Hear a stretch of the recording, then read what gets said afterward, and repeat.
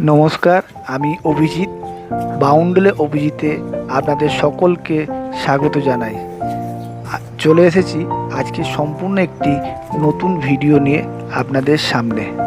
দীর্ঘদিন ধরে এই রাস্তাটি অন্ধকার ছিল তার ছিঁড়ে পড়ে যাওয়ার জন্য। তাই অফিস থেকে আমাকে দায়িত্ব দেওয়া হয়েছে রাস্তার লাইটের তারটি মেরামত করে পুনরায় জ্বালিয়ে দেওয়ার জন্য। অফিসের দায়িত্ব যখন, সেটি তখন আমারও দায়িত্ব। তাই আমি লেগে পড়েছি আমার কাজে।